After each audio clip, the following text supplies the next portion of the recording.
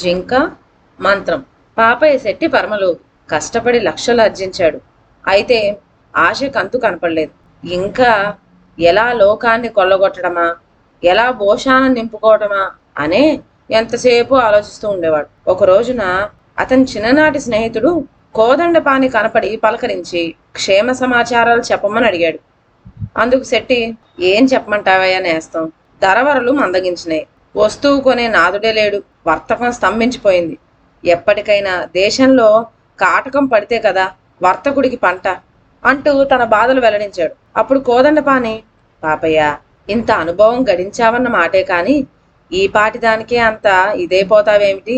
నా సంగతి తెలుసునో లేదో, ఈ మధ్య మలయ దేశం వెళ్ళి మహామంత్రాలన్నీ నేర్చుకొని ఇప్పుడే వచ్చాను. మలయల మంత్రాలంటే సామాన్యం అనుకున్నావో ఏమో, పిలిస్తే పలుకుతాయి. అయితే ఇప్పుడు నీకు దేశంలో కాటకం పట్టిస్తే సరిపోతుందా?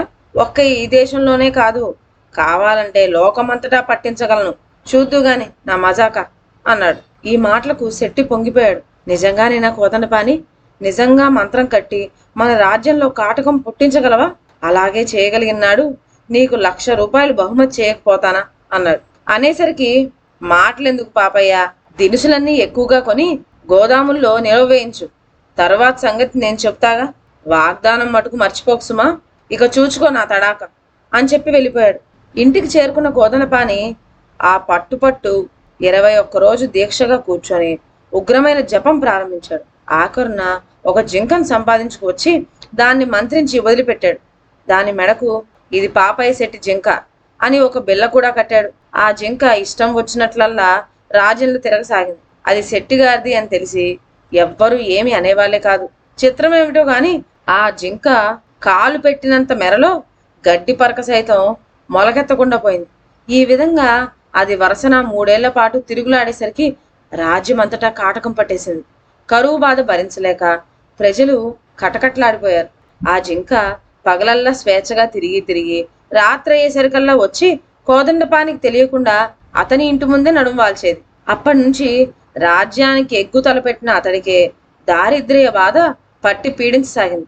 రాజ్యంలో క్షామం ప్రవేశపెట్టి తనకి ఏమీ లోటు లేదని సంతోషిస్తున్న కోదండపానికి ఈ విధంగా దారిద్ర్యం పట్టి పీడించేసరికి కారణమేమిటో ఎంతకు బోధపడక అతడు కలవరపడసాగాడు. ఒకనాటి రాత్రి ఏదో సందడి వినిపించగా నిద్రలో ఉన్న కోదండపాని గభీమని లేచాడు.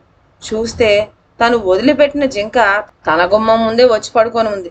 ఓసి నీతాడు తెగ, ఏమిటో అనుకున్నాను, ఇదా నా దారిద్ర్యానికి హేతువు, ఇలా ఎన్ని రోజుల నుంచి వచ్చి పడుకుంటున్నావు బడవా అంటూ కోపం కొద్దీ మూలనున్న కర్ర ఒకటి తీసుకొని దబదబా దాన్ని బాదాడు. హడిలిపోయి ఆ జింక పరుగిచ్చుకుంది. నాటి నుండి అది తిరిగి అతని కంట పడనేలేదు. ఇది ఇలా ఉండగా అక్కడ ప్రజలు ప్రాణాలు నిలవటానికని చేసే ప్రయత్నాలలో రాజుగారి ఖజానా అంతా ఖాళీ అయిపోయింది. ఖజానాలో దమ్మిడి లేదు, ఎటువంటి రాబడిగా ఆస్కారం లేదు. ఈ స్థితిలో రాజుకి ఏమీ పాల్పోయింది కాదు. ఇక ఇది పని కాదని చెప్పి రాజు మంత్రి రాత్రిపూటలు మారువేషాలు తిరుగుతూ ప్రజల కష్ట నిష్ఠూరాలు తెలుసుకోవటానికి పూనుకున్నారు. ఈ పరిస్థితిలో మంత్రాలు నేర్చిన ఆ కోదండపాని పాపం మంచం పట్టాడు. ఇందుకు కారణం ఏమిటంటే శెట్టి మాటలు నమ్మి తన యావశక్తి దారపోసి కొత్తగా నేర్చుకున్న మంత్ర విద్యల్ని ప్రయోగించి ఆ జింకను వదిలిపెట్టాడు.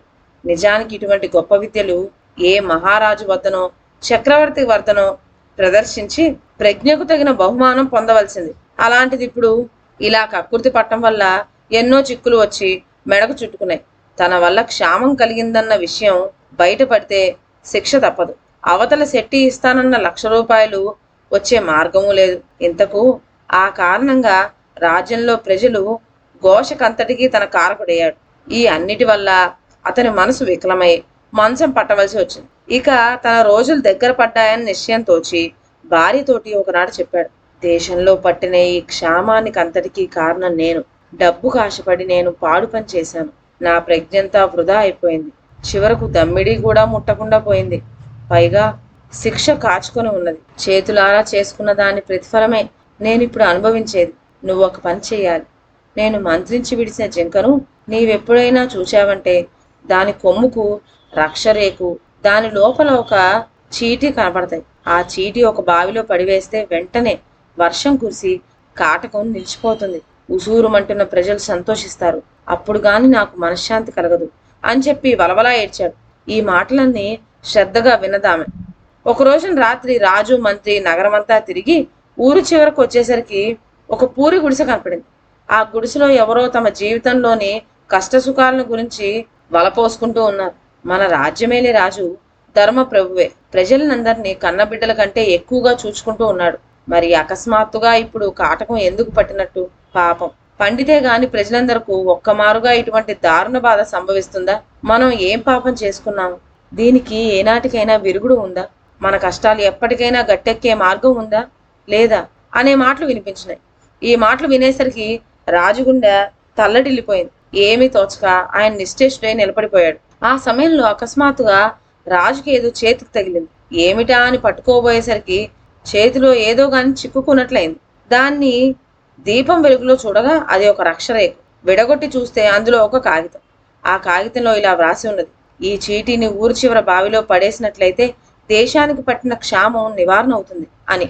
ఇది చూడటంతో రాజుకు పట్టరాని సంతోషం, ఆశ్చర్యము కలిగినాయి. దగ్గరనే ఒక నూతి వద్దకు గబగబా వెళ్లి ఆ చీటీ అందులో పడేశాడు. వేయగానే దట్టంగా మేఘాలు కమ్ముకొచ్చి ఆగకుండా వర్షం కురవసాగింది. ఇలా హోరుమని వర్షించేసరికి రాజు, రాజ్యంలోని ప్రజలు కూడా మితిలేని సంతోషం పొందారు.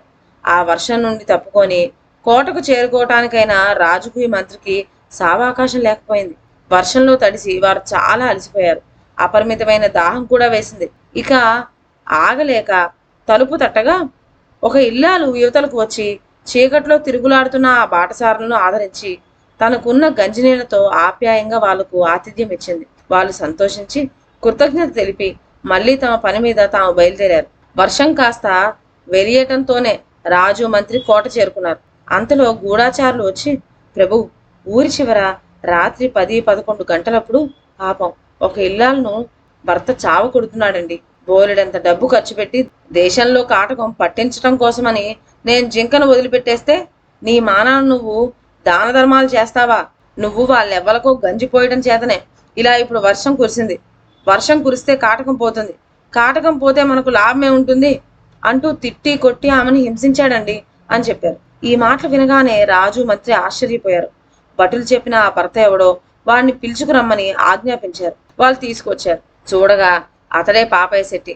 తన బండారం బయటపడిపోయిందే అని చెప్పి విచారణ జరగకముందే ఉన్నది ఉన్నట్లు జింక చరిత్రంతా వెనికిడి చేసి ప్రభువారి పాదాల మీద పడ్డాడు శెట్టి. రాజు ఉగ్రుడై స్వలాభం కోసమని ఇటువంటి దారుణమైన పని తలపెట్టిన శెట్టికి ద్వీపాంతరం శిక్ష విధించాడు. నిమిషంలో ఈ వార్త నగరమంతా అల్లుకుపోయింది. పాపయ్య శెట్టి చేసిన దురంతానికి ప్రజలందరూ ఆవేశపడి వాణ్ణి ఏమి చేసినా పాపం లేదన్నారు. రాజు వేసిన శిక్ష చాలదే చాలదన్నారు. ప్రజలందరూ సంతోషిస్తూ ఉంటే ఒకే ఒక వ్యక్తి విచారపడింది. ఆ వ్యక్తే ఊరి చివర పూరి గుడిసెలోని ఇల్లాలు. ఉరకలేసుకుంటూ పోయి ఆమె రాజుకు మొక్కింది. ఆమెను చూడగానే రాత్రిపూట తమను సత్కరించింది ఈ ఇల్లాలే అని గుర్తించి రాజు ఎంతో ఆప్యాయంతో ఆమెను ఆదరించాడు. ఇష్టం వచ్చిన బహుమతి కోరుకోమన్నాడు. అందుకు ఆమె పట్టరాని దుఃఖంతో, ప్రభు, మీరు శిక్షించిన ఆయనే నా భర్త. నా భర్తను రక్షించుకోవటం కంటే నాకు కావాల్సింది ఏమీ లేదు. క్షమించండి, దయ ఉంచండి అన్నది. ప్రభువు మనసు కరిగిపోయింది. ఆమెకు గల పతిభక్తి, పరోపకార దీక్షకు సంతోషించి రాజు ఆమెను భర్తతో సహా ఇంటికి పంపించి వేశాడు. అటు తర్వాత ప్రమాదకరమైన ఇటువంటి మంత్రాలు నేర్చిన ఆ కోదండపాణిని ఉన్నవాణ్ణి ఉన్నట్టుగా పట్టి తెమ్మని ఆజ్ఞాపించాడు రాజు. గబగబా వెళ్లారు భట్లు. అయితే వాళ్ళు వెళ్లేసరికి ఆ మలయాళ మంత్రగాడు తన గదిలో గుండె పగిలి చచ్చిపోయి ఉన్నాడు. ఇదండి వాటి కథ. మరొక మంచి కథతో నెక్స్ట్ వీడియోలో కలుద్దాం. అంతవరకు సెలవు. నా ఛానల్లోని కథలు మీకు నచ్చినట్లయితే నా ఛానల్ను లైక్ చేసి సబ్స్క్రైబ్ చేయండి. షేర్ చేయడం మర్చిపోవద్దు. కొత్త కథ నోటిఫికేషన్ కోసం బెల్ ఐకాన్ ప్రెస్ చేయండి. Thank you.